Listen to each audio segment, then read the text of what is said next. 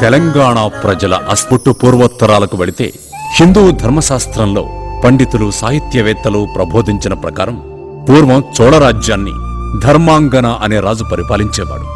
ఆ రాజుకు సంతానం కలగకపోవడంతో ఎన్నో పూజలు యజ్ఞాలు నిర్వహించారు. దాని ఫలితంగా వారింట ఒక ఆడబిడ్డ జన్మించింది. అల్లారుముద్దుగా పెరుగుతున్న ఆ ఆడబిడ్డకు లక్ష్మి అనే పేరు పెట్టారు. రోజులు గడుస్తున్న కొద్దీ ఆ అమ్మాయి ప్రతినిత్యం ఏదో ఒక అవాంతరంతో చావు బతుకుల మధ్య కొట్టుమిట్టాడేది. ఆ బిడ్డను ఎలాగైనా బ్రతికించుకోవాలని పండితుల సలహాతో బతుకమ్మ అనే పేరు పెట్టారు.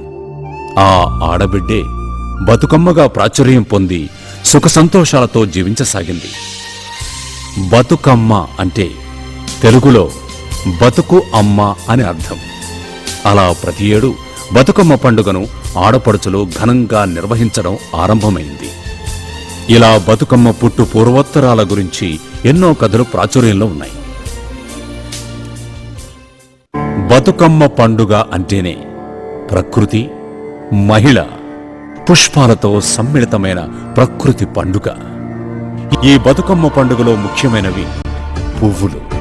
ప్రకృతి ఒడిలోంచి తంగేడు, గునుగు, మందార, ముత్యాల పువ్వుల్లాంటి వివిధ రకాలైన పుష్పాలను సేకరించి ఆ పువ్వుల్ని వరుసలుగా గోపురం ఆకారం వచ్చే విధంగా పేర్చి పసుపును ముద్దగా చేసి బతుకమ్మ శిఖరాన ఉంచి గౌరమ్మ తల్లిగా పూజించడంతో బతుకమ్మ కీర్తి విశ్వవ్యాప్తమైంది.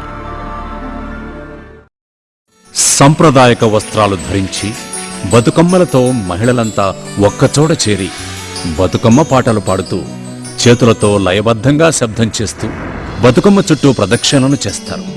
మహిళలంతా తమ కుటుంబం సుఖ సంతోషాలతో ఆరోగ్యదాయకంగా జీవించాలని ప్రార్థిస్తారు.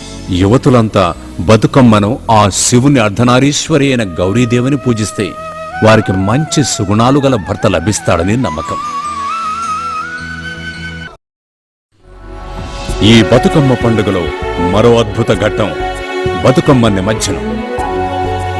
ప్రకృతి ఒడిలో పుట్టిన పువ్వుల్ని పూజించి తిరిగి ఆ ప్రకృతి ఒడి అయిన నీటిలో నిమజ్జనం చేయడమే ఈ పండుగ ప్రత్యేకత. ఆ ప్రకృతి పుష్పాలను నీటిలో నిమజ్జనం చేయడం ద్వారా ఆ నీటి శుద్ధికి కూడా పుష్పాలు దోహదపడతాయి. స్త్రీలు లేని సమాజం అంటే భవిష్యత్తు లేని మానవాళి అని గ్రహిద్దాం.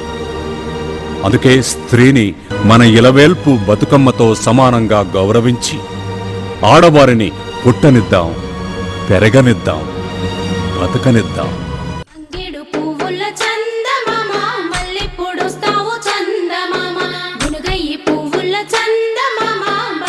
పోతుంది చందమామ పోతే పోతే